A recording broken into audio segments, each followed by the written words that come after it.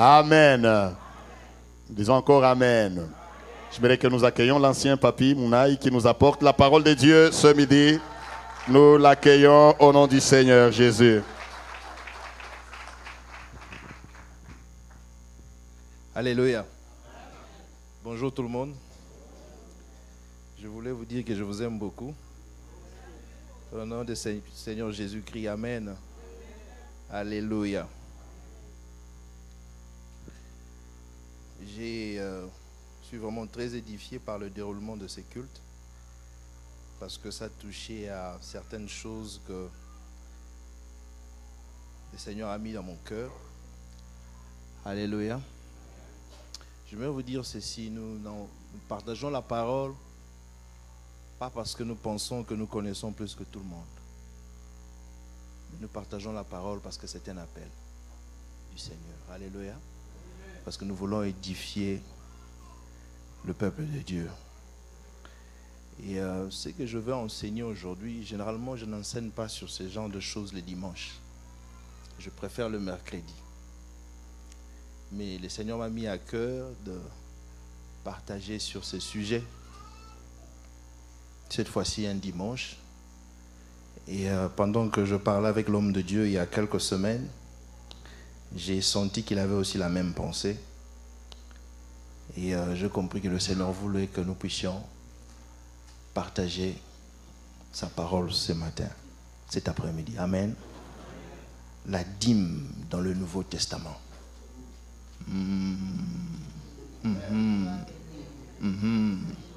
La dîme dans le Nouveau Testament. Alléluia. Quelqu'un dit l'argent, voilà. La dîme dans le Nouveau Testament. La dîme vient du mot latin decima, qui veut dire la 10e partie. Amen. La 10e partie. Ou le 10% de votre revenu. Il y a beaucoup de doctrines aujourd'hui, beaucoup de débats, beaucoup de discussions entre les hommes de Dieu. Il y a des arguments de gauche et à droite concernant la dîme. Beaucoup de gens, certaines personnes pensent que la dîme ne s'applique plus aux chrétiens, au Nouveau Testament. D'autres disent que la dîme s'applique à l'Église, aux chrétiens. Et ce matin, nous allons essayer de voir, cet après-midi, nous allons essayer de voir, je ne sais pas pourquoi je continue à dire ce matin, nous sommes au 2e culte. Cet après-midi, nous allons essayer de voir ce que la parole de Dieu enseigne. Amen. Je vais essayer d'aller lentement. Mais si ça me prend, je commence à comprendre. Alléluia. La Bible nous montre dans l'Ancien Testament qu'il y avait 3 types de dîmes. Amen. Il y avait la dîme pour les sacrificateurs. Nous voyons ça dans Nombre 18, verset 21. Il y avait la dîme pour le fête dans Deutéronome 14, 22 à 27. Il y avait la dîme pour les pauvres, les veuves et l'étranger. Deutéronome 14, 28 à 29. Mais aujourd'hui, j'aimerais que nous, à cause du temps, j'aimerais que nous puissions nous attarder sur la dîme qu'on donne aux sacrificateurs ou qu'on donne aux hommes de Dieu pour soutenir l'œuvre de Dieu. Est-ce que vous êtes avec moi? Alléluia. Ouvrons nos Bibles dans Jean chapitre 1, verset 17. Jean chapitre 1, verset 17. La Bible dit ceci, je lis au nom du Seigneur, car la loi a été donnée par Moïse. La grâce et la vérité sont venues par Jésus-Christ. Amen. La loi a été donné par Moïse. La grâce et la vérité sont venues par Jésus-Christ. Le christianisme est différent du judaïsme. Alléluia. Le christianisme est différent du judaïsme. La loi est différente de la grâce. La Bible dit Moïse a amené la loi. Jésus a amené la grâce et la vérité. Alléluia. La loi est différente de la grâce. Mais la loi n'est pas forcément l'opposé de la grâce. L'Ancien Testament n'est pas forcément l'opposé du Nouveau Testament. Voyons voir ce que la Bible dit. Colossiens chapitre 2 verset 16. La Bible dit ceci. Que personne donc ne vous juge au sujet du manger ou du boire ou au sujet d'une fête, d'une nouvelle lune ou de sabbat. Il fait allusion aux enseignements de la loi. Verset 17, il dit ceci. C'était l'ombre de choses à venir. Alléluia. Mais le corps est en Christ. Il dit c'était l'ombre de choses à venir, pas l'opposé des choses à venir. C'était l'ombre de choses à venir. C'était une copie, si vous voulez, une photo de choses à venir. Il dit maintenant, plus tard, il dit la parole, la vérité est venue, nous n'avons plus besoin de la copie. Alléluia. Je me rappelle plusieurs années en arrière, quand j'étais encore fiancé, j'étais en Afrique du Sud, ma fiancée était au Congo. À l'époque, il n'y avait pas de Facebook. Hein? Donc pour avoir sa photo, c'était un problème. Des fois, tu écrivais au mois de juillet, tu envoies la lettre, tu dis envoie-moi ta photo, envoie-moi ta photo. Le temps qu'elle puisse recevoir la lettre, envoyer la photo, c'était au mois de novembre. Quand je prenais ces photos, je regardais, qu'est-ce qu'elle a changé. Des fois, tu voulais tourner un peu la photo pour voir un peu la joue. Alléluia. Je mettais les photos à côté de mon lit. Quand je me réveillais, je regardais. Oh Seigneur. Le soir avant de dormir, je regardais. Pendant 7 ans. Alléluia. Après 7 ans, je l'ai finalement épousée. Elle est venue à la maison. Alléluia. J'ai cessé de regarder les photos. Parce que l'original était là. Alléluia. Mais l'original n'était pas l'opposé de la photo. C'était la même personne. Mais la photo n'était qu'une copie. Maintenant, l'original était venu. C'est ça la loi et la grâce. Alléluia. C'est ça la loi et la grâce. La Bible dit que c'était l'ombre de choses à venir. Il y a des choses que la loi enseigne, ou la loi recommande, que le Seigneur Jésus désapprouve. Amen. Je dis ceci, marcher selon la grâce ne veut pas forcément dire faire l'opposé de la loi. Amen. Marcher selon la grâce ne veut pas forcément dire faire l'opposé de la loi. Il y a des gens qui regardent, la loi dit quoi? La loi dit, la loi est abolie, on ne fait plus ça. Non, ce n'est pas ce que la Bible enseigne. Il y a des choses que la loi enseigne, que le Seigneur Jésus-Christ désapprouve. Nous, du christianisme, nous les chrétiens, nous suivons les enseignements de Jésus-Christ. La Bible dit Moïse a amené la loi, lui il a amené la grâce et la vérité. Alors qu'est-ce que Jésus dit? La Bible déclare dans Exode chapitre 21 verset 24, je vais juste vous donner quelques exemples. Exode 21 24, la Bible dit ceci: œil pour œil, dent pour dent, main pour main, pied pour pied, brûlure pour brûlure, blessure pour blessure, meurtrissure pour meurtrissure. C'est ce que la Bible dit, c'est ce que la loi enseigne. Matthieu chapitre 5 verset 38. Écoutez ce que le Seigneur Jésus dit. Vous avez appris qu'il a été dit. Qui a dit? Moïse. Qui a dit? La loi. Il dit, vous avez appris qu'il a été dit œil pour œil et dent pour dent. Mais moi je vous dis de ne pas résister aux méchants. Mais moi je vous dis. Alléluia. Il désapprouve ce que la loi va enseigner.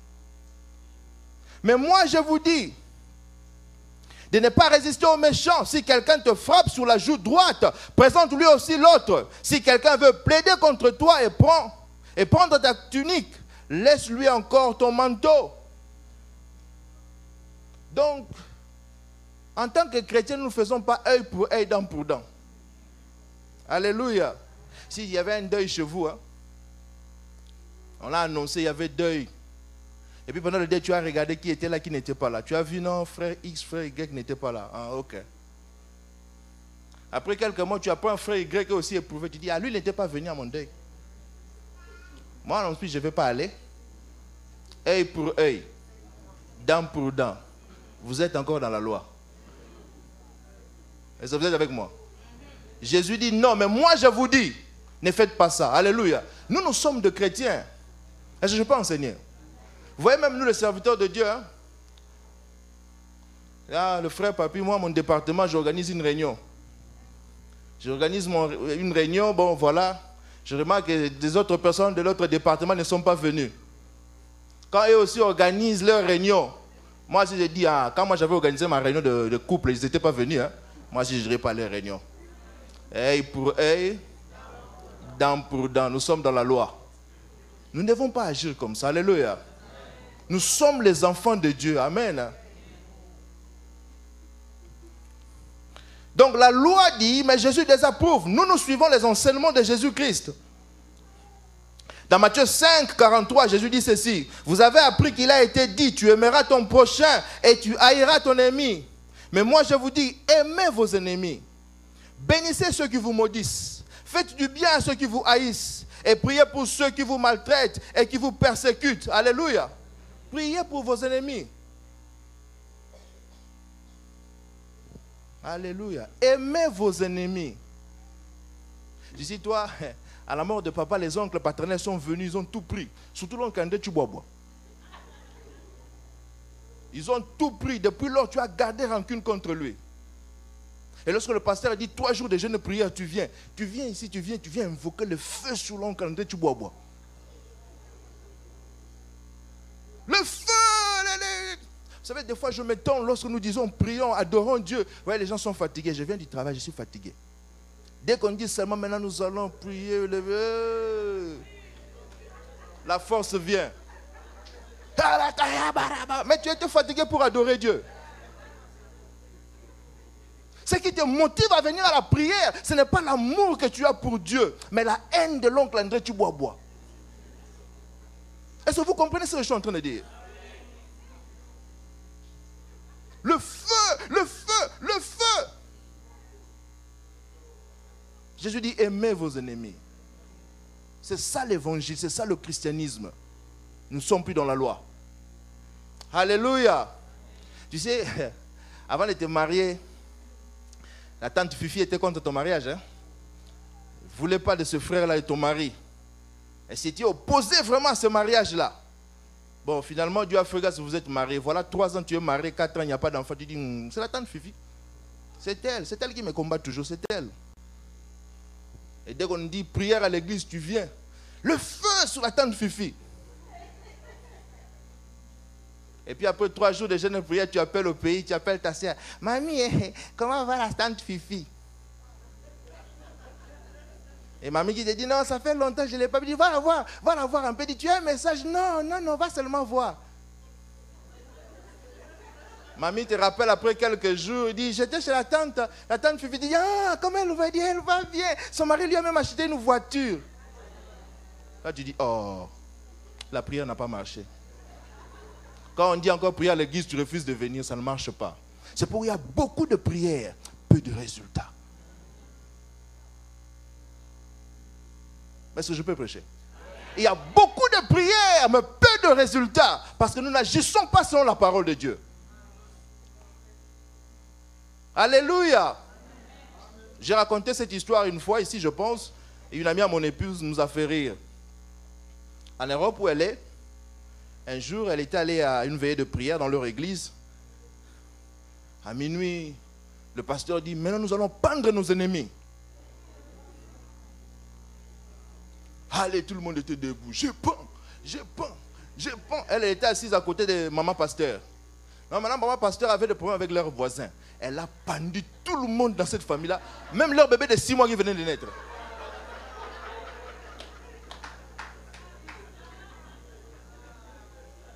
Alléluia. Même leur bébé de 6 mois qui venait de naître, je pends. Aujourd'hui, dans la musique chrétienne, quand vous écoutez la musique chrétienne, la haine dans la musique chrétienne, les ennemis, ils auront l'AVC, ils auront ceci, cela. Des fois, quand tu adores avec ça, ça me décourage. Je dis, oh Seigneur, nous devons enseigner sur ces choses. Alléluia. Ce n'est pas ça l'évangile de Jésus-Christ. Au moment de son arrestation, il a guéri son ennemi. Pierre a pris l'épée, il a coupé l'oreille, il a dit, Pierre, ne fais pas ça.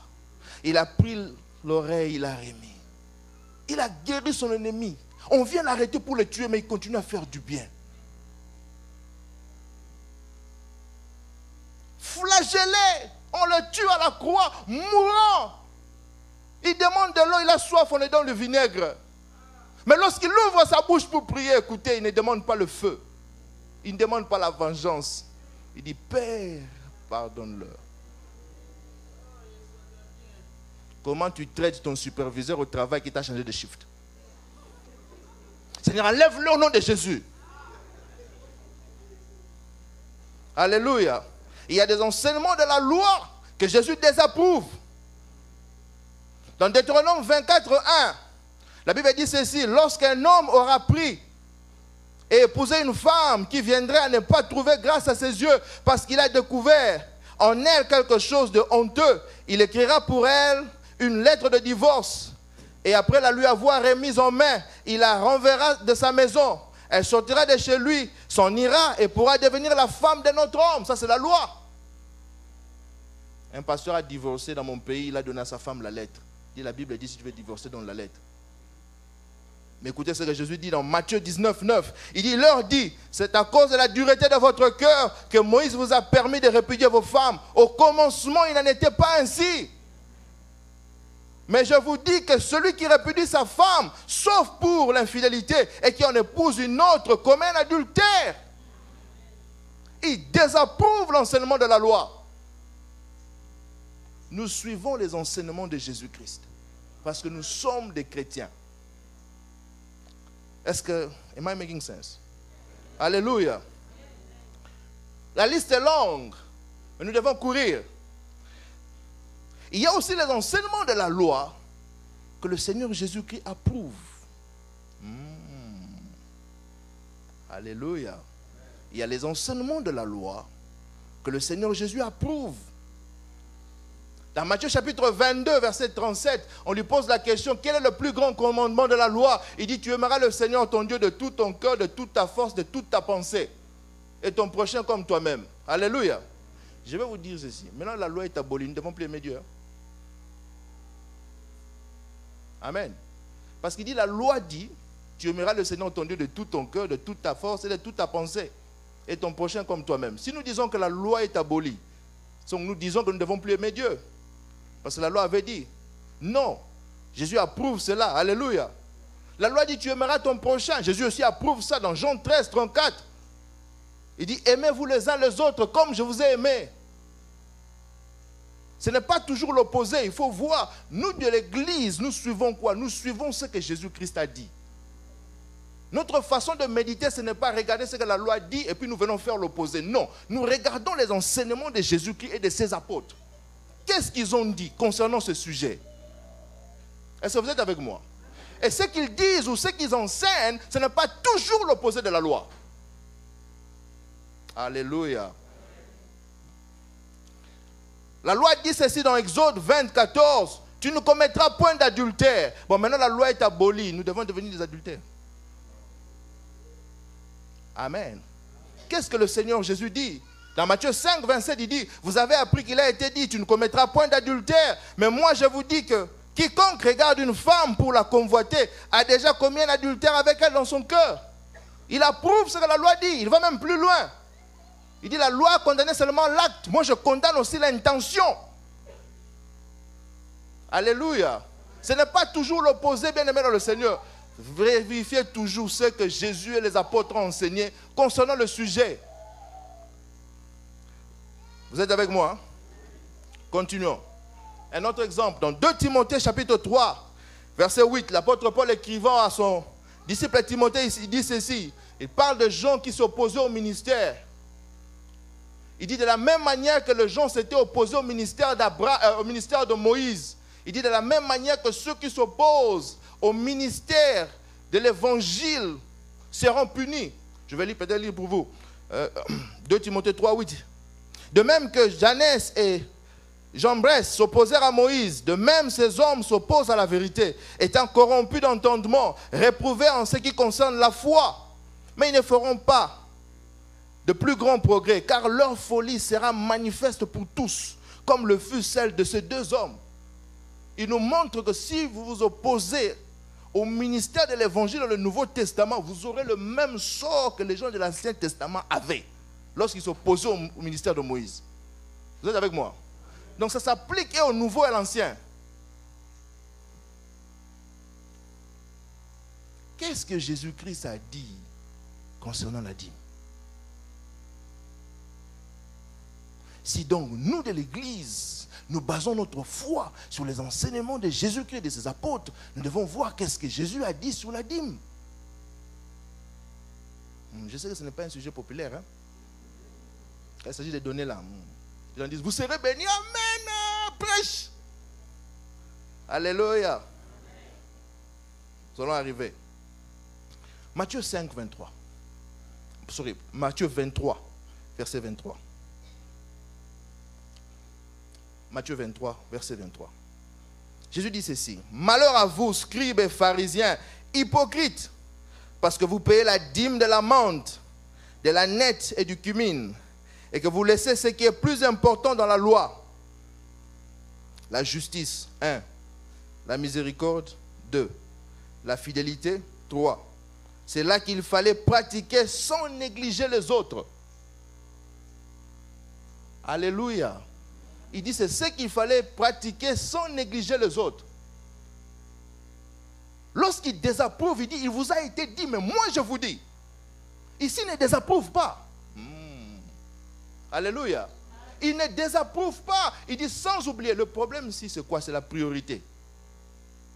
Il dit, vous ne marchez pas dans la justice, vous ne marchez pas dans la miséricorde, mais vous pensez juste parce que vous donnez votre dîme, vous êtes en règle avec Dieu. Il dit, non, ce n'est pas comme ça que vous devez faire les choses.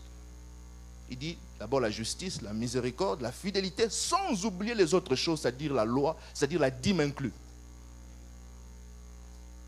Alléluia. C'est-à-dire la dîme est inclue.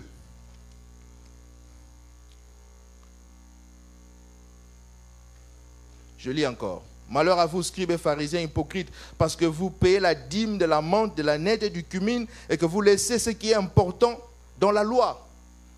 Donc la miséricorde, la justice, la miséricorde et la fidélité sont dans la loi. Qu'est-ce que nous sommes en train de dire? Si donc la justice, la miséricorde et la fidélité étaient dans la loi, et que la loi est abolie, cela veut dire que nous ne devons plus exercer la justice? Amen.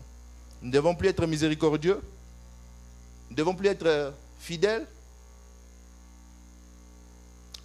Matthieu 5, 20 dit ceci, c'est Jésus qui dit, car je vous le dis, si votre justice ne surpasse pas celle des scribes et des pharisiens, vous n'entrerez pas dans le royaume de Dieu. C'est-à-dire la justice était dans la loi, la justice est aussi dans la grâce. Je ne sais pas si vous comprenez là où je vous amène. La justice était dans la loi, la justice est aussi dans la grâce. Donc la grâce n'est pas toujours l'opposé de la loi. Romains 12, 8 dit ceci, et celui qui exhorte à l'exhortation, que celui qui donne le fasse avec libéralité, que celui qui préside le fasse avec zèle, que celui qui pratique la miséricorde le fasse avec joie. Donc il y a aussi la miséricorde dans le Nouveau Testament. Il y avait la miséricorde dans l'Ancien, il y a aussi la miséricorde dans le Nouveau Testament. Tite chapitre 2, verset 9 à 10, la Bible dit ceci. Exhorte les serviteurs à être soumis à leur maître, à leur plaire en toutes choses, à n'être point contredisant, à ne rien dérober, mais à montrer toujours une parfaite fidélité, afin de faire honorer en tout la doctrine de Dieu notre Seigneur. La fidélité était dans la loi, la fidélité aussi dans la grâce. Ce n'est pas toujours l'opposé à ce que vous êtes avec moi. Il y a des choses qui s'appliquent et à l'Ancien Testament et au Nouveau Testament. C'est ce que je suis en train de vous dire. Donc le Seigneur n'a pas annulé la dîme. Comme il a annulé œil pour œil, dent pour dent, la liste est longue. Il dit qu'il fallait d'abord pratiquer ces choses sans oublier les autres choses. Sans oublier la dîme. Donc il recommande. Le problème, c'était la priorité. C'est quand la Bible dit l'obéissance vaut mieux que le sacrifice. La Bible n'est pas en train de dire que nous ne devons pas sacrifier. Ou le sacrifice n'est pas important. La Bible est en train de dire qu'il faut sacrifier dans l'obéissance. C'est ce que la Bible veut dire. Parce que si vous mettez ça dans le contexte, Saül avait offert, il avait sacrifié alors que ce n'était pas à lui de sacrifier. Il devait attendre le prophète. Alléluia. Il devait attendre le prophète, mais il a fait ce qu'il ne devait pas faire. Donc le prophète lui dit, ce n'est pas seulement l'acte, ce n'est pas seulement le sacrifice, mais il faut sacrifier dans l'obéissance. Mais il ne dit pas que le sacrifice est mauvais. Dieu a résolu le problème de l'homme par le sacrifice de la croix. Donc le sacrifice est important. La même chose lorsque l'apôtre Paul dit, je peux avoir la foi qui déplace les montagnes, mais si je n'ai pas l'amour, je ne suis qu'un cymbale qui retentit. Il n'est pas en train de dire que la foi n'est pas importante. Alléluia. Ce n'est pas ce qu'il est en train de dire. Il est en train de dire que nous devons exercer la foi dans l'amour. Vous ne devez pas utiliser votre foi pour demander à ce que Dieu frappe quelqu'un. Ça, c'est sans amour. Alléluia. C'est ce que la Bible enseigne. C'est ça le contexte. Il faut remettre les choses dans leur contexte. Deuxième chose. Luc chapitre 20, verset 22. Luc 20, 22. La Bible dit ceci. Nous est-il permis ou non de payer le tribut à César? Jésus, apercevant leur ruse, leur répondit, montrez-moi un denier. De qui porte-t-il l'effigie et l'inscription? De César, répondirent-ils. Alors il leur dit, rendez donc à César ce qui est à César et à Dieu ce qui est à Dieu. À César ce qui est à César. À Dieu ce qui est à Dieu. Qu'est-ce qui est à César? La taxe, le tribut qu'on donnait à César. Donc Jésus dit, nous devons payer la taxe, hein, les impôts. Donc il dit, nous ne devons pas tromper le gouvernement. Est-ce que je peux prêcher? Nous ne devons pas tromper le gouvernement. Vous êtes mariés, vous dites, non, nous sommes célibataires.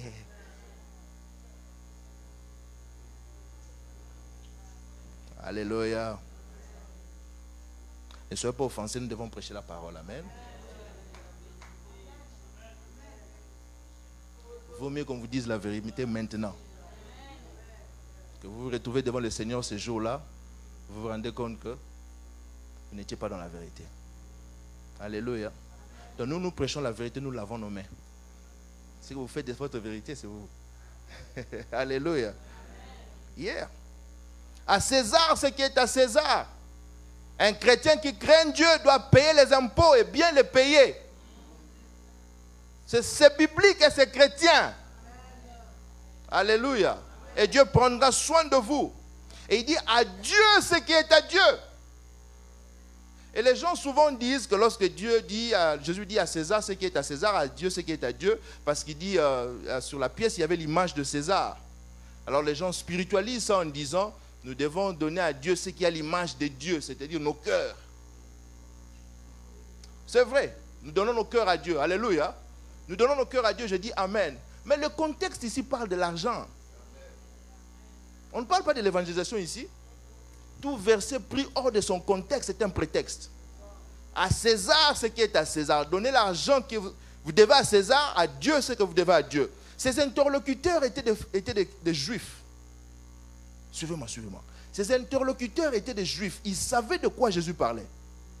Je vais vous montrer. De quoi Jésus fait allusion ici. Eux savaient. Je vais vous montrer ce que Jésus voulait dire. Lévitique 27, 30 à 32. Il dit à Dieu ce qui est à Dieu. Qu'est-ce qui est à Dieu? Lévitique 27, 30 à 32. Je lis. La Bible dit ceci. Toute dîme de la terre, soit des récoltes de la terre, soit du fruit des arbres, appartient à l'Éternel. C'est de ça qui fait allusion à Dieu, ce qui est à Dieu. Dit toute dîme de la terre, soit des récoltes de la terre, et soit du fruit des arbres, appartient à l'Éternel. C'est une chose consacrée à l'Éternel. Ses interlocuteurs savaient de quoi ils parlaient. C'est ça, à César ce qui est à César, à Dieu ce qui est à Dieu. Amen. Amen. Jésus n'a pas beaucoup enseigné sur la dîme. Pourquoi? Parce qu'à l'époque, les gens donnaient déjà la dîme. Il n'y avait pas besoin d'insister. Il dit, malheur à vous pharisiens parce que vous donnez la dîme de la menthe, du cumin, tout ça. Donc, les gens donnaient. C'est pourquoi il n'insiste pas trop. Mais il dit seulement, il ne faut pas oublier ça. Est-ce que vous êtes avec moi? Vous savez, quand je fais un tour en Afrique, ou bien sur YouTube, quand je regarde les prédications de l'Afrique, on prêche le visa. Dieu va donner le visa. Amen. Dieu va donner le visa. Les gens sautent. Mais quand je regarde les messages du pasteur ici, il ne prêche pas trop sur le visa. Pourquoi? Est-ce que Dieu ne donne pas le visa? Il donne le visa. Mais vous avez déjà eu le visa, vous êtes au Canada. Est-ce que vous êtes avec moi? Vous avez déjà eu le visa. Il a affaire à l'auditoire qui a déjà eu le visa. Ici, nous prêchons les papiers. Alléluia. Jésus n'insiste pas sur la dîme parce que les gens donnaient déjà. Mais il n'a pas dit qu'il ne faut pas donner la dîme. Il n'a jamais dit ça. Il n'a jamais dit ça. Alléluia.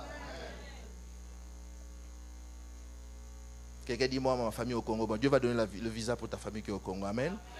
Nous mentionnons ça quand même. Si on dit chez nous, dans l'église là, on ne prêche pas sur mes problèmes. Alléluia. Donc, c'est ça. C'est pourquoi le Seigneur n'a pas beaucoup insisté là-dessus, parce que les gens donnaient déjà. Les enseignements des apôtres. Qu'est-ce que les apôtres enseignent sur la dîme?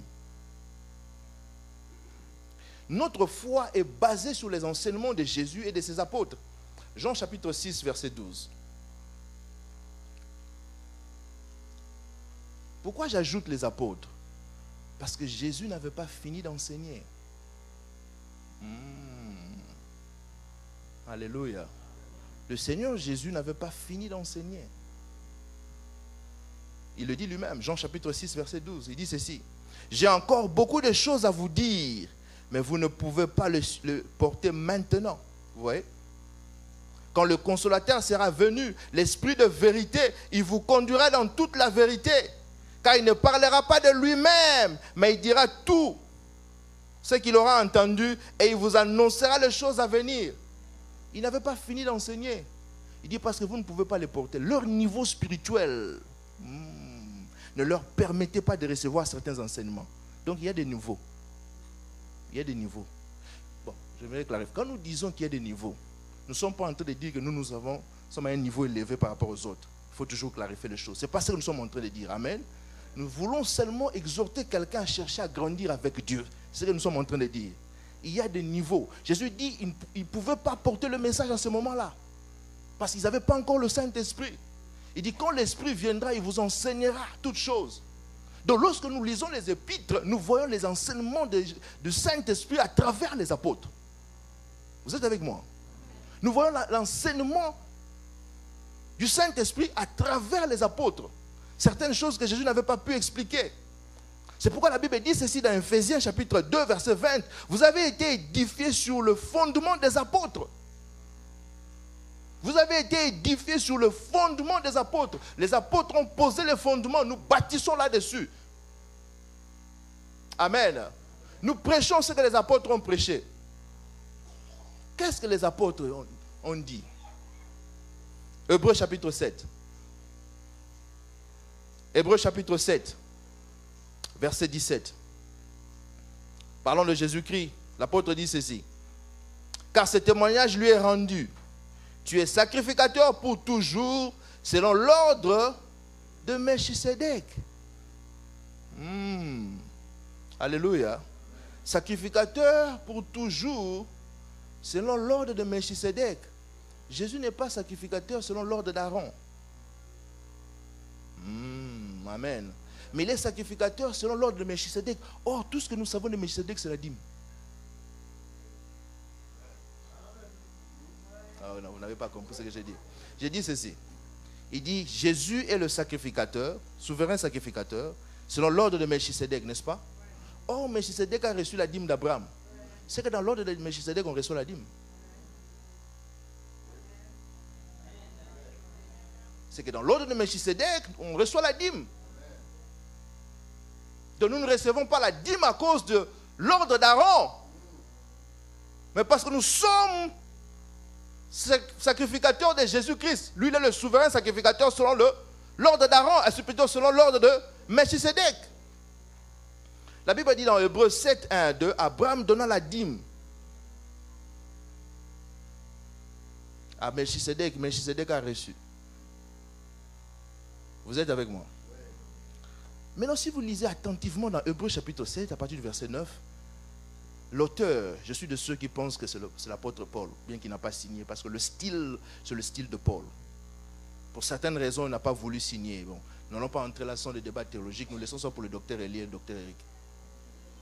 Alléluia. Je suis de ceux-là qui pensent que c'était l'apôtre Paul, parce que le style est le style de l'apôtre Paul, mais peu importe. L'apôtre est en train d'expliquer quelque chose.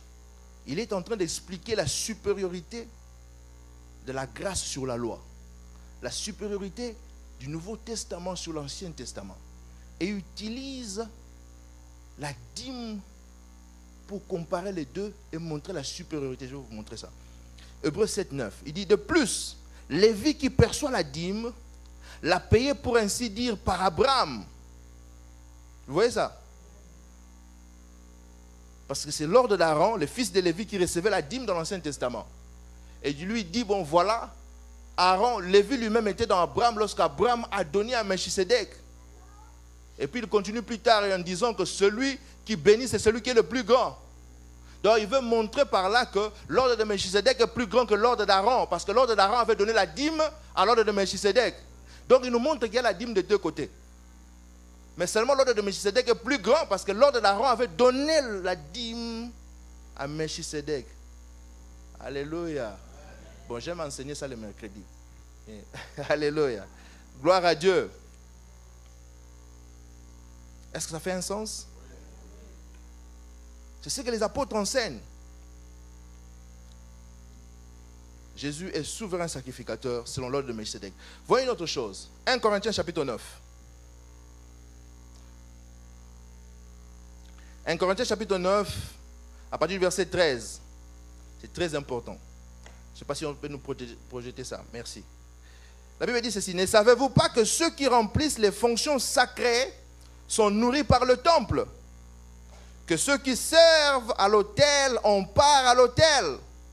De même aussi, le Seigneur a ordonné, souligné ordonné, pas suggéré, ordonné à ceux qui annoncent l'évangile de vivre de l'évangile. Est-ce que nous pouvons dire amen? Le Seigneur a ordonné à ceux qui vivent de l'évangile, à ceux qui prêchent l'évangile de vivre de l'évangile. Mais écoutez ce qu'il dit ceci. Ne savez-vous pas que ceux qui remplissent les fonctions sacrées sont nourris par le temple? De quoi fait-il allusion? Il fait allusion aux sacrificateurs qui travaillaient au temple. Ils vivaient de quoi? De la dîme. Alléluia. Ils vivaient de la dîme. Et l'apôtre dit, ça s'applique ici. Ne savez-vous pas que ceux qui travaillent au temple, qui servent à l'autel, on part à l'autel? Il dit de même aussi, le Seigneur a ordonné à ceux qui annoncent l'évangile de vivre de l'évangile. De même aussi, de la même manière que les sacrificateurs étaient soutenus, de la même manière, ceux qui annoncent l'évangile doivent aussi être soutenus.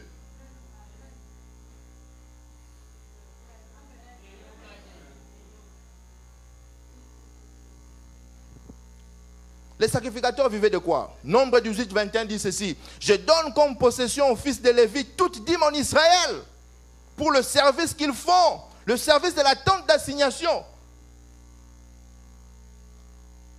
Gloire à Dieu, alléluia. C'est que Dieu donne aussi à ceux qui annoncent l'évangile. Ce n'est pas la loi, frère. Ça c'est 1 Corinthiens 9, 13. Dans le Nouveau Testament. De même aussi, le Seigneur ne suggère pas. Il ordonne. Vous êtes avec moi? Nous sommes tous sacrificateurs. Voilà l'argument que beaucoup avancent. Nous sommes tous sacrificateurs dans le Nouveau Testament. Oui, mais nous ne sommes pas tous appelés au ministère. L'apôtre dit, tous sont-ils pasteurs, tous sont-ils évangélistes, tous sont-ils apôtres. Si, le problème ici, ce n'était pas seulement être sacrificateur. Le problème, c'était de les soutenir parce qu'eux travaillaient au temple. Ils n'avaient pas le temps pour aller faire d'autres jobs. Ils servaient au temple et Dieu dit, vous devez les soutenir. C'est vrai, dans le Nouveau Testament, nous sommes tous sacrificateurs. Mais Dieu ne nous a pas tous appelés au ministère. Le concept, c'était de soutenir ceux qui travaillaient pour Dieu. Dans le Nouveau Testament, il y a aussi des gens, c'est vrai, la loi est abolie, mais il y a des gens qui travaillent pour annoncer l'évangile. Et nous devons soutenir ceux qui annoncent l'évangile. C'est ça l'enseignement du Nouveau Testament. Alléluia. Nous devons soutenir ceux qui annoncent l'évangile dans le Nouveau Testament. C'est le travail, frère. Hein? Est-ce que ce que nous faisons ici, ce n'est pas le travail? C'est le travail. Est-ce que ce que le pasteur fait là, ce n'est pas le travail? C'est le travail, frère. Alléluia. Donner la dîme n'annule en rien l'œuvre de la croix. Au contraire, ça rend l'Église capable de propager le message de la croix. Nous arrivons à propager le message de la croix. J'avais fait un saut aux États-Unis. Un jour, je parlais avec quelqu'un, je parlais avec une sœur, qui me dit, oh, je suis de temps en temps vos cultes. Hein? J'ai dit, ah bon? Il dit, oui, je suis les cultes de l'Église Nouvelle Alliance. J'ai dit, ah bon? Oui, il dit, dernièrement, je regardais, j'ai vu une maman qui prêchait sur ne meurs pas dans le désert. J'ai dit, ah, pasteur Jackie. Alléluia. Donc les gens sont bénis même dans d'autres pays. Mais pour le faire, il faut le matériel.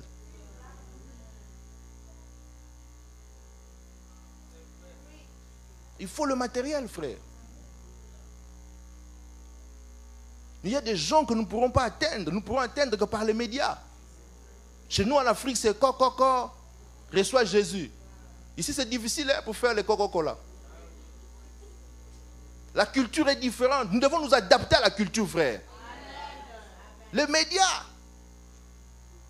Nous devons avoir de bons matériels, frère, pour propager l'évangile.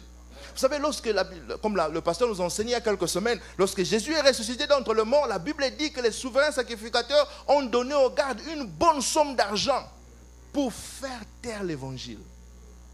Dites qu'il n'est pas ressuscité. L'ennemi met l'argent en jeu pour faire taire l'évangile. Nous avons aussi besoin de mettre l'argent en jeu pour propager l'évangile. Pour propager l'évangile, frère. Alléluia. Dans Luc 10, Jésus dit, l'ouvrier mérite son salaire. Il ne dit pas l'ouvrier mérite une offrande. L'offrande est un don. Le salaire est un dû. Le salaire est un dû. Vous savez, j'ai fait des recherches. Les conseillers conjugaux, ici à Toronto, touchent environ $200 par session. Amen. Environ $200 par session. Ici, nous donnons les counseling for free. Est-ce que ce n'est pas le travail? Les mêmes, d'ailleurs, nous donnons sans orgueil de bons conseils. Parce que lorsque vous allez là-bas, on regarde et puis on me dit, vous êtes incompatible, divorcé. Ici, le pasteur passe des heures. Maman Jackie passe des heures avec ses couples afin de les aider gratuitement. Mais c'est le même travail. Mais quand les conseillers conjugaux achètent des maisons, bien ils roulent carrosse, ils disent, oh, ce travail paye bien. J'aimerais que mon fils fasse du travail. Mais quand le pasteur achète une voiture, il dit, ah, notre argent.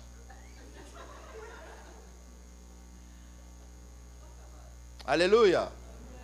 C'est le travail, frère. La Bible dit, l'ouvrier mérite son salaire.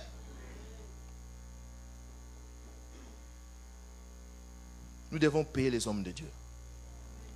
Alléluia. Bon, nous passons en ligne. Hein? Sinon, j'allais dire quelque chose si nous étions entre nous de la maison. Alléluia. Voyons quelques arguments qu'on avance contre la dîme. Les gens disent, nous sommes tous des sacrificateurs dans le Nouveau Testament. Oui, c'est vrai. Comme je viens de dire, nous sommes tous sacrificateurs, mais nous ne sommes pas tous appelés au ministère. Nous devons soutenir ceux qui sont au ministère. Alléluia. Vous savez, je peux bien prêcher sur ces choses parce que moi, je ne touche pas l'argent de l'église. Hein. Alléluia. Donc, je peux insister là-dessus. Je ne touche pas l'argent de l'église. Vous savez, des fois, nous évitons certains sujets parce que nous pensons que les gens vont parler. Mais nous rendons un mauvais service. Nous vous rendons un mauvais service si nous ne prêchons pas sur ces choses. Alléluia. Ça fait des années que nous payons cette hypothèque. Toi, des fois, tu ne donnes pas la dîme, mais nous continuons à payer. Nous pouvons payer même sans toi. C'est ça la vérité. Dieu va pourvoir. Mais participe dans ce que Dieu veut faire. C'est de là que viendra ta bénédiction. Alléluia. Moi, j'ai trouvé l'église avait déjà acheté une maison, avait déjà acheté ce bâtiment. Donc ça, ils ont fait des choses sans moi. Je peux ne pas contribuer, mais je contribue pour avoir la bénédiction, bien-aimé dans le Seigneur. La dîme, certaines personnes disent la dîme ramène la loi dans l'église. Hébreux 9, 22 à 25 fait allusion à la loi cérémonielle. La loi de Moïse, écoutez-moi, je vais essayer d'expliquer quelque chose. Il y avait les 5 offrandes qu'on donnait à l'époque de Moïse selon la loi pour l'expiation du péché. 5 offrandes pour l'expiation du péché étaient l'image de Jésus-Christ. Amen.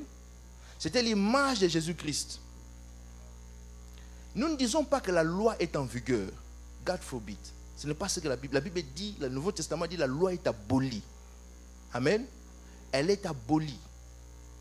Parce que si la loi est encore active, c'est que nous sommes encore dans le péché. Pourquoi je dis que nous sommes encore dans le péché? Parce que la loi dit ceci. Pour faire l'expiation du péché, il faut être issu de la tribu de Lévi. Il faut être sacrificateur, donc issu de la tribu de Lévi. Or, Jésus n'était pas un lévitique. Jésus était issu de la tribu de Juda. Par conséquent, selon la loi, il n'est pas sacrificateur. Il ne peut pas faire l'expiation du péché. Donc, si nous disons que la loi est active, c'est que ce que Jésus a fait à la croix était une farce. C'est que son offrande n'était pas acceptée. Si son offrande n'était pas acceptée, c'est que nous sommes encore dans le péché. Alléluia. Donc nous ne ramenons pas la loi, frère, c'est sérieux. Nous ne ramenons pas la loi. La loi cérémonielle a été abolie. Nous n'amenons plus les animaux ici pour faire l'expiation du péché. Alléluia. Christ a payé le prix à la croix. Ça, c'était de l'ombre de choses à venir. Mais la dîme n'avait rien à voir avec l'expiation du péché. Amen. La dîme, c'était pour soutenir ceux qui travaillaient. C'est vrai, la loi est abolie, mais le Nouveau Testament aussi des gens qui travaillent pour l'évangile. Nous continuons à les soutenir, vous êtes avec moi? Nous continuons à les soutenir. C'est pourquoi lorsque vous lisez attentivement, vous allez voir concernant l'offrande, l'expiation du péché, l'animal devait être sans défaut. Parce que c'était l'ombre des choses à venir, l'ombre de Jésus. Mais dans la dîme, tu pouvais donner même une brebis chétive. Parce que c'était pour la bouffe. Alléluia. C'était pour la bouffe. Donc la dîme ne ramène en rien la loi. Du reste, la loi a été établie avant la loi. Et plutôt, la dîme a été établie, instaurée avant la loi. Alléluia. Mais je ne dis pas seulement que nous devons donner la dîme parce qu'Abraham a donné la dîme. Je sais que nous disons ça souvent, qu'Abraham a donné la dîme, c'était avant la loi, donc nous devons donner la dîme. Bon, c'est vrai, mais ce n'est pas seulement ça. Parce que la circoncision aussi a été instaurée avant la loi. Si nous devons continuer avec les choses qui étaient instaurées avant la loi, c'est que nous devons aussi continuer avec la circoncision comme méthode d'alliance avec Dieu. Alléluia. Mais le Nouveau Testament nous enseigne que la circoncision ne s'applique plus à nous. C'est pourquoi j'ai dit ce qui détermine ce que nous devons suivre et ce que nous ne devons pas suivre, ce sont les enseignements de Jésus-Christ et de ses apôtres.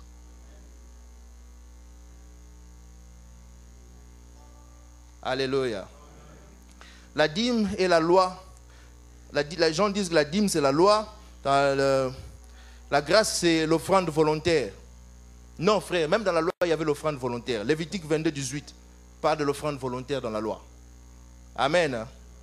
Les gens disent que dans la dîme, là les gens amenaient les animaux, les céréales et tout ça. Comment vous prenez l'argent? Mais parce que Dieu avait affaire à un peuple qui était des bergers, des agriculteurs, des fermiers. Leur récolte, c'était en termes de moissons, en termes de troupeaux. Alléluia. Lorsque Laban paye, donne un salaire à son neveu, il dit ceci, les brebis, quand les brebis seront achetées, ce sera ça ton salaire, n'est-ce pas? Amen. Mais toi, on ne te donne pas les brebis au travail, pourquoi tu vas amener les brebis ici? Alléluia. Je termine en disant ceci. Qu'est-ce qui arrive lorsqu'on donne la dîme? Qu'est-ce qui arrive lorsqu'on donne la dîme? Lorsque vous lisez dans 1 Corinthiens chapitre 10, du 1er au 10e verset, l'apôtre Paul parle de ce qui s'est passé aux plaines de Moab. Les enfants d'Israël ont péché contre Dieu et Dieu les a frappés et tout ça. Et puis il dit, faisons attention à nous qui sommes dans le Nouveau Testament. Peut-être que je dois lire rapidement. 1 Corinthiens chapitre 10. Permettez-moi de lire. Alléluia. Donnez-moi 5 minutes, je finis. Amen. J'espère que je ne vous ennuie pas trop. Frères, je ne veux pas que vous ignorez que nos pères ont tous été sous la nuée, qui sont tous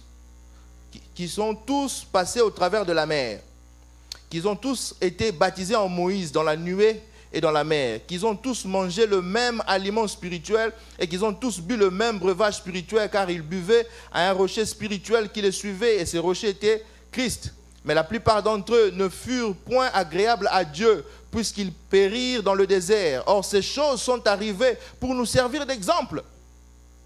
Vous savez ça? Pour nous servir d'exemple, afin que nous n'ayons pas les mauvais désirs comme ils ont eu. Il montre, il dit, le péché là s'applique et au Nouveau Testament et à l'Ancien Testament. Il s'adresse à l'église, les gens du Nouveau Testament. Il dit, si vous vous comportez comme les gens de l'Ancien Testament, vous aurez les mêmes résultats que les gens de l'Ancien Testament. Vous aurez les mêmes résultats que les gens de l'Ancien Testament. Malachie 3:10, tout le monde connaît. Donc si la dîme s'applique et au Nouveau Testament et à l'Ancien Testament, c'est que la faveur que la dîme donnait dans l'Ancien Testament, la dîme continue à donner la même faveur dans le Nouveau Testament. Alléluia. Lorsque vous donnez la dîme, Dieu dit, pour vous, j'ouvrirai les écluses des cieux. Alléluia. Dieu veut te bénir, mon frère. Dieu veut te bénir, ma soeur. C'est ça la vérité. Dieu, pour bénir, il demande. Pour bénir, dans la loi spirituelle, on donne pour recevoir. Chez nous, ici, nous gardons. Mais dans la loi spirituelle, on donne pour recevoir. Car Dieu a tant aimé le monde. Dieu voulait avoir le monde entier. Il a commencé par donner son fils. Il a donné son fils unique. C'est tout ce qu'il avait. Toi, tu dis, je n'ai pas beaucoup. Hein? Regarde. Son fils unique, il a donné. Et les enfants se sont multipliés. Il a eu le monde entier. Alléluia. La Bible dit dans Deutéronome 8:18, garde-toi de dire en ton cœur, ma force et la puissance de ma main m'ont acquis ces richesses. Souviens-toi de l'Éternel ton Dieu, car c'est lui qui te donnera la force pour les acquérir. C'est Dieu qui te donne la force d'acquérir les richesses. La prospérité spirituelle, bien-aimé dans le Seigneur. Alléluia. Souviens-toi de l'Éternel ton Dieu. C'est lui qui te donne la force spirituelle d'acquérir les bénédictions. Cette promotion que tu cherches, cette grâce que tu cherches, c'est l'Éternel qui donne. Jésus dit, donnez, il vous sera donné. Alléluia. Nous donnons avant de recevoir. Nous donnons avant de recevoir. Je me rappelle le témoignage d'une de nos sœurs. Dans leur église, le pasteur avait prêché, il dit, donnez et vous serez bénis. Et elle a été touchée dans son cœur par cette parole. Elle s'est décidée de donner sa dîme. Elle prend, elle met avec l'offrande, elle met ensemble. Elle va donner la dîme en chantant, alléluia. Elle donne, elle dit, Seigneur, mon Dieu, j'ai besoin d'une promotion, elle donne. Après 1 ou 2 semaines, son manager l'appelle au bureau, elle dit, oh, Dieu est bon, alléluia. Dieu agit. Elle va là-bas. Elle s'attend à ce qu'on sorte une lettre de promotion. Son manager lui dit, tu sais, la compagnie, depuis un certain temps, commence à avoir des problèmes.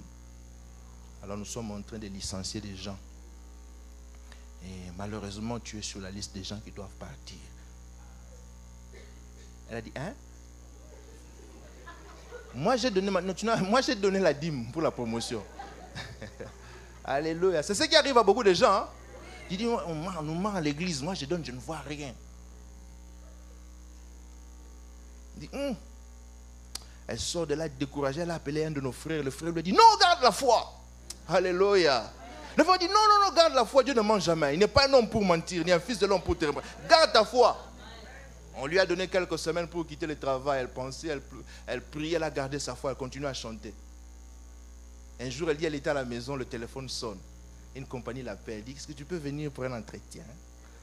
Elle part là-bas, on lui donne le travail, l'équivalent de la promotion qu'elle cherchait dans notre compagnie.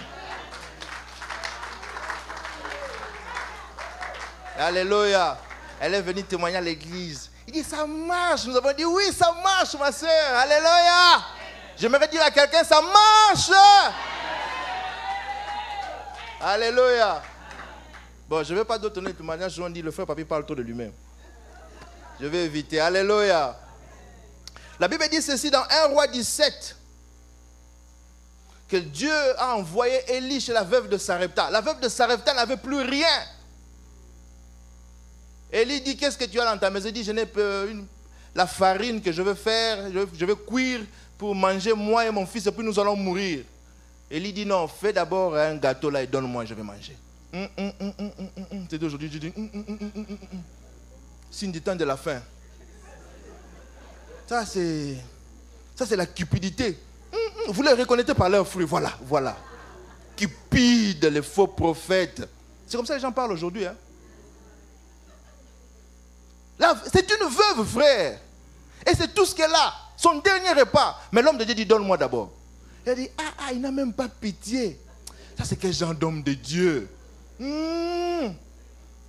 Alléluia. C'est ça que les gens disent, je n'ai pas beaucoup pour donner. Quand le Seigneur va me donner plus de... le peu que tu as là, c'est ça le problème. Jésus demande à la femme samaritaine, il dit, donne-moi de l'eau à boire. La femme dit, toi tu n'as même pas, tu es juif et tout ça. Jésus dit, celui qui boira de cette eau aura encore soif. C'est-à-dire, l'eau que tu refuses de me donner là ne va même pas étancher ta soif. Tu auras encore soif. Le peu d'argent que tu gardes là, ça ne va pas résoudre tes problèmes. C'est ça la vérité. Fais un acte de foi. Prends la décision de donner. Je vous dis, ça marche ces choses. Alléluia. Je connais un frère, il témoigne, il dit, il devait voyager quelque part, en Afrique. Il y a quelques jours du voyage, il s'est rendu compte qu'il n'avait pas de valise. Bon, il lui manquait quelques 2-3 valises. Il devait voyager un lundi ou un mardi. Le samedi, il se rend compte qu'il lui manque 2 valises. Il appelle sa femme, ses enfants, il dit, nous allons prier. Ils ont prié. Lorsqu'ils ont fini de prier, alléluia, sa femme allait faire le thé à la cuisine. Et puis, quelqu'un a sonné à la porte. Ding dong. Alléluia. Non, frère, je ne sais pas, vous, là, c'est comment. Dieu agit. Le frère dit, il va ouvrir la porte. Il l'ouvre comme ça. Oh, il voit un ancien de leur église avec des valises. Il dit, oh, frère, qu'est-ce qu'il y a? Il dit, non, tu sais, je passais quelque part. Et puis, j'ai vu qu'on a mis ces valises ici en solde. J'ai dit, mon frère, là, voyage, je peux en avoir besoin. Hein. Alléluia! Il dit, j'ai acheté pour toi. Pourquoi il n'a pas acheté les produits contre les moustiques? Pourquoi seulement les valises? Dieu est à l'œuvre, frère. Dieu est à l'œuvre, frère. Je ne vous dis pas donner car demain vous devenez le millionnaire. Ce n'est pas ça l'évangile. Mais je dis que vous ne manquerez de rien. Vous ne manquerez de rien, frère. J'ai vu en Afrique, les gens donnent. Hein? Les mamans qui vendent les braises. Elles donnent à Dieu, frère. Il n'y a pas de retour des impôts. Mais les gens donnent. Nous sommes au Canada. Toujours de belles vestes. Mais pour donner. Alléluia. Frère, sois libéré au nom de Jésus. Il faut donner. Donnez, il vous sera donné. Je termine par ce témoignage. Un frère dit, un jour il était au travail. Lui, il est fidèle dans la dîme, dans les offrandes. Il lui donne. Ce frère-là lui donne. Lui, il ne blague pas. Lui, ce qui est à Dieu est à Dieu. Il donne.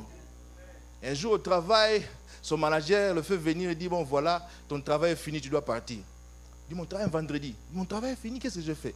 Il dit, non, voilà, on a juste vu qu'on n'a plus besoin de toi, tu dois partir. Ah, on lui donne la lettre. Il sort de là découragé. Il arrive à la maison. Il s'est souvenu de la prédication de leur pasteur le dimanche. Le pasteur a dit, tant que Dieu n'a pas dit c'est fini, ce n'est pas fini. Il a dit, il a mis la lettre là. Il a déposé ça par terre. Il a commencé à chanter les louanges à Dieu. Il a commencé à tourner la lettre. Il chantait Wonderful Jehovah. Ça, ce sont les chansons qu'on chantait chez nous en Afrique du Sud. Vous ne connaissez pas. Wonderful Jehovah. Jehovah, wonderful, wonderful. Il chantait, il chantait, il chantait. Il a eu la force d'aller à l'église. Il y avait réunion ce vendredi. Là, il arrive à l'église. Le pasteur prêche encore. Il dit la même chose. Ce n'est pas fini lorsque Dieu n'a pas dit. C'est fini. Il a reçu la parole. Il dit ça, c'est à moi. Le lundi, il se lève, il se lave, il rentre au travail.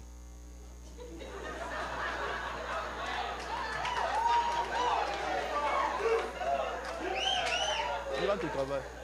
Il se pointe là, il prend sa chaise, il se met. Les gens regardent. Qu'est-ce qu'il veut? Il a dit, peut-être il est armé, hein, peut-être il a un couteau. Les gens ont peur de s'approcher de lui. Le manager vient et demande aux gens, what is he doing there? Je ne sais pas. 8h, 9h, 10h, 11h, il est toujours là. Le manager vient et dit, qu'est-ce que tu fais? Il dit, je travaille, il y a quelque chose que je n'avais pas fini le vendredi. Pendant la pause, on l'appelle, on dit, bon, nous sommes rendus compte qu'il y a moyen de te garder, nous te gardons. Alléluia! Alléluia, nous pouvons tenir debout. Tenons-nous debout, nous allons bénir le Seigneur. Alléluia. Je reconnais que tu peux tout